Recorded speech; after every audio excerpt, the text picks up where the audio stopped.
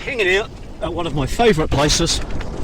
I hope the wind in the microphone's not too strong, but I'm just belting down this track in one of the old mining areas that I like to explore. And I'm up the top at the moment where the mines are, but we're going to be heading down into the... Oh, it's bumpy here. We're going to be heading down into the valley, down below, where the mining processing factory used to be. Oh, this is steep and slippery.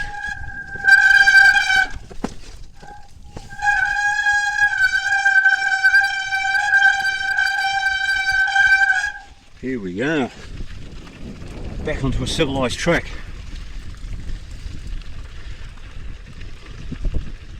So, along here, in the 1870s, on this piece of open ground, there was a massive processing factory for the gold, which was in that there hill.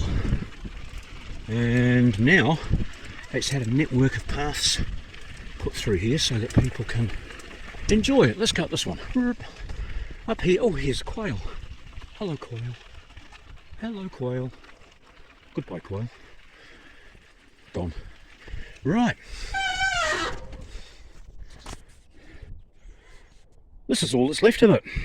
The foundation stones and the massive bolts that held down each machine. Look at the size. Look at my nuts. Let me put something next to it so you can see how big the nuts are. There you go. Is that a big nut? That's a big nut. So, yeah, this place here used to have crushers and stampers and grinders and sorters and cookers and all the stuff you need for removing gold from quartz.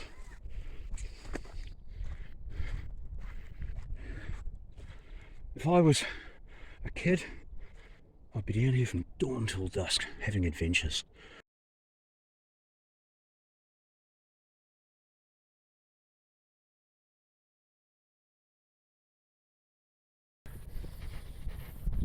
I bet you haven't got cyanide tanks at the end of your garden.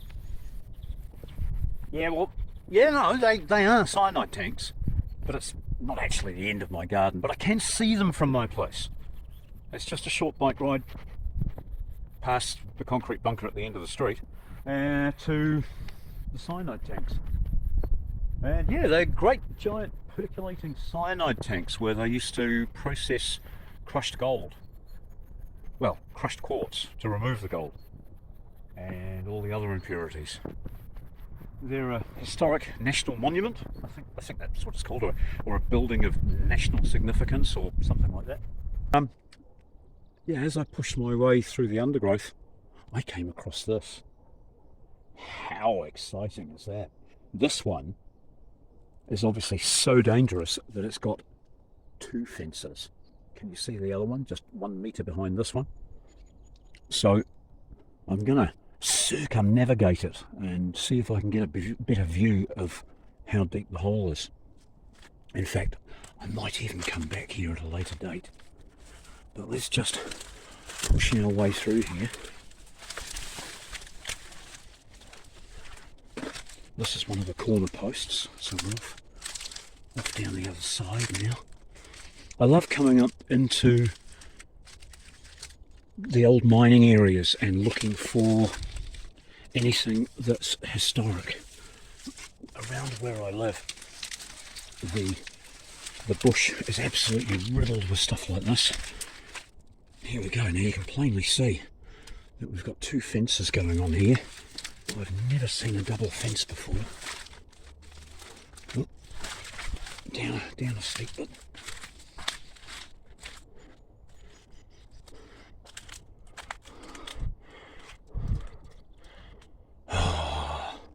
I'm going to have to go in there. I don't have anything with me to pull staples out today, but I'm definitely going to come back with a torch and a rope and a camera, and we're going to have a good look at whatever it is that's going on down here. But why are we even here? I'll tell you why we're here.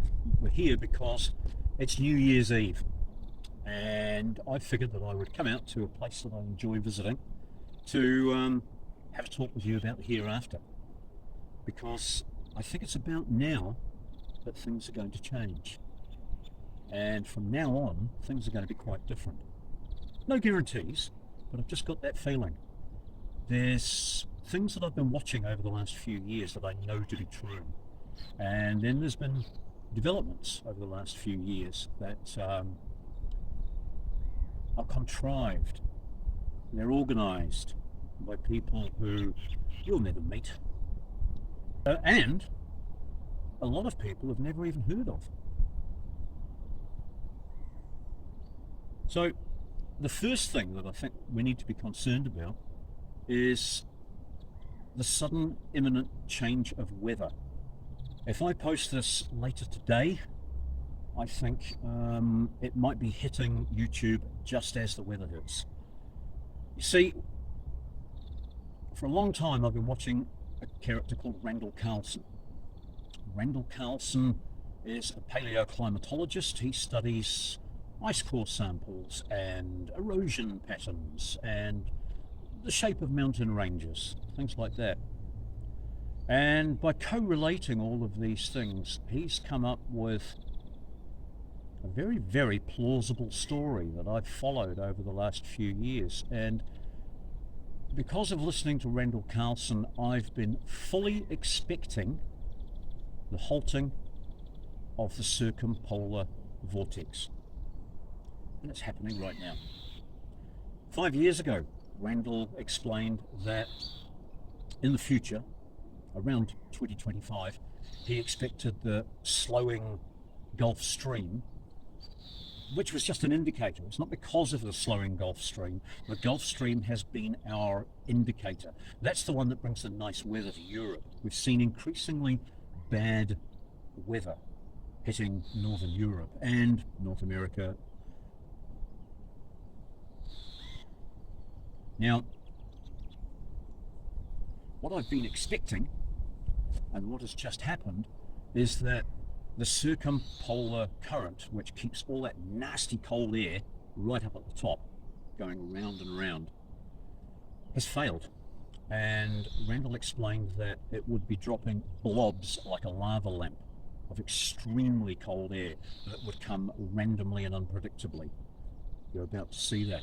North America is about to get hit by one. Northern Europe is being hit by one right now. We can't do anything about it except get ready. And now you've only got a matter of a few weeks, if that, before supply lines start to slow down or even halt, before power grid failures, and before food shortages. Now, the powers that be knew that this was going to happen, so they've been putting things into place that will take advantage of that. And so we've got a right shitstorm about to happen. Please prepare yourselves. But on a happier note, the great thing about 2024 is that from here, the only way is up. Things are going to get better and better from here. Yeah, 2024, we're going to lose a lot of people. A lot of people that we care about, a lot of people that we depend on will be taken from us. So we've got to learn to do without. That's one of the first things we can do. And we need to do things now while doing things is easy. Because in a few weeks or a few months' time, it's going to be hard. And people like you and I will get through this. It's our job. We're here to help everybody else. We're here to advise, and to train, and to nurture, and to educate, and school, and help people move through this difficult time, because the last generation or so are pretty fucking clueless. Now, here at the channel, I've tried to give a broad mix of helping people to put things together to make life easier should the situation change. I hope you've been taking notice of a massive variety of stuff in the videos. That'll be the gold mine helicopter if you can hear it. Passes over my place four or five times each day. They've got a mining operation way up in the hills, out past my place, and their landing pad is just over behind this hill, so we're on a sort of a straight line, and they're taking the geologists and equipment up there 3 or 4 times a day. Anyway, back to what I was talking about. The channel, yeah. I think it's 5 years old now. Have to check back into my records and find out. But yeah, for 5 years or so, I've been bringing you stories on how I've repurposed, recycled, restored, rebuilt various things. Little adventures where I've been away in the Land Rover and seen in the new year from a hilltop.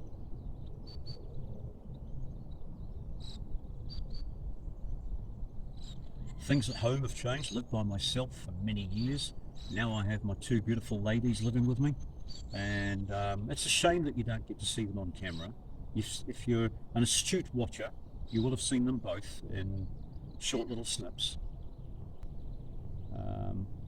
But it's lovely having people who are on the same path as I am, and you. We're all working together, even though I'm probably on the other side of the world from you, and I might be 20 or maybe even 30 years older than you. We're all on the same team. We're all trying to achieve the same goals, and we can all encourage and we can all assist each other in various ways. And it's so nice now that I'm not alone as I used to be. I've got people who actually need my assistance, and I'm appreciating their help. Granted, one of these lovely ladies is only 11, but you wouldn't think she was an 11-year-old. She's wise beyond her years, and we're good mates.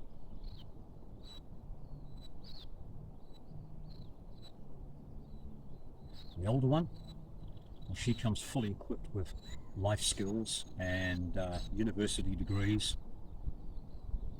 She's self-taught in naturopathy. It's been her passion for many years. Indeed, it saved her life quite a few years ago. She became very sick and the doctors couldn't help. So she set about learning how to heal herself, and now she's done it. And she's moving ahead from a status of healed to etheric, I think. She's doing very well for herself, and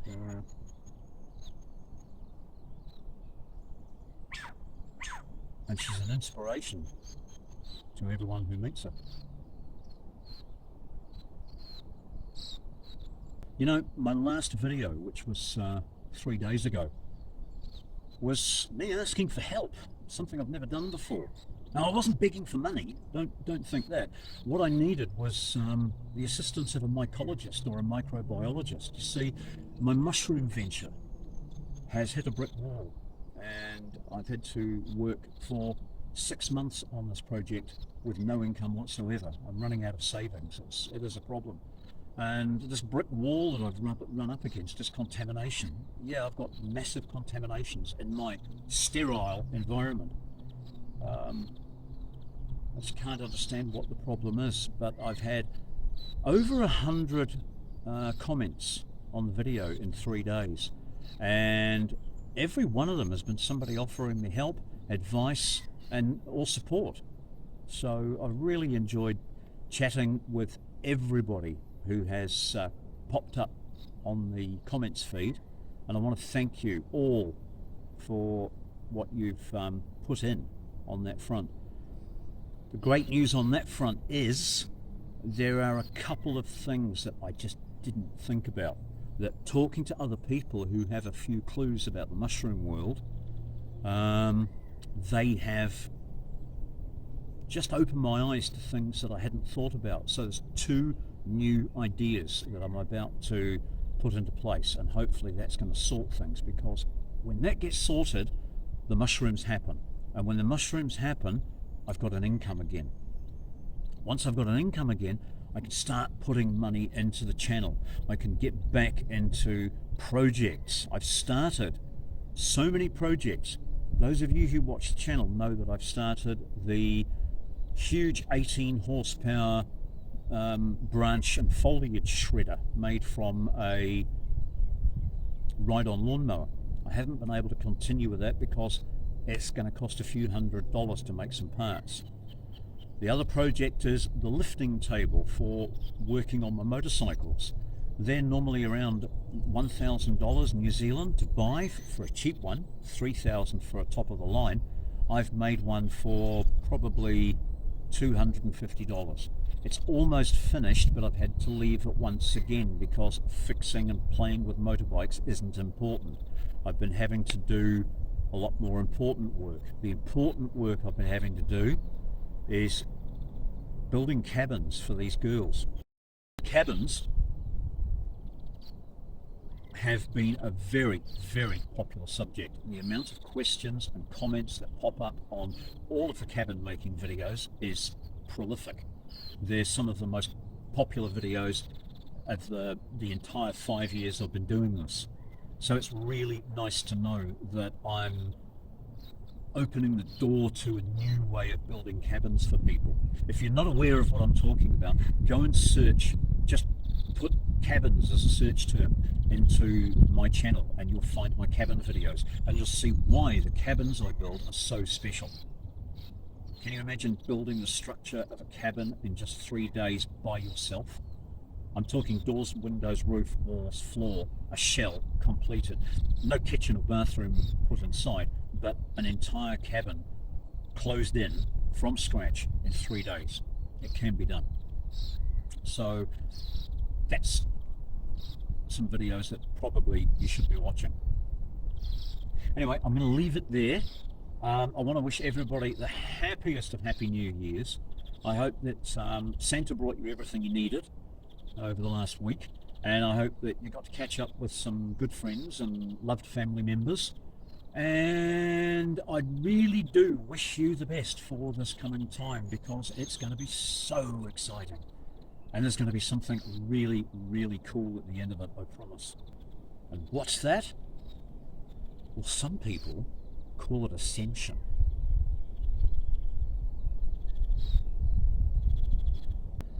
I call it just getting rid of the pricks who are oppressing us and letting us get on with our own lives.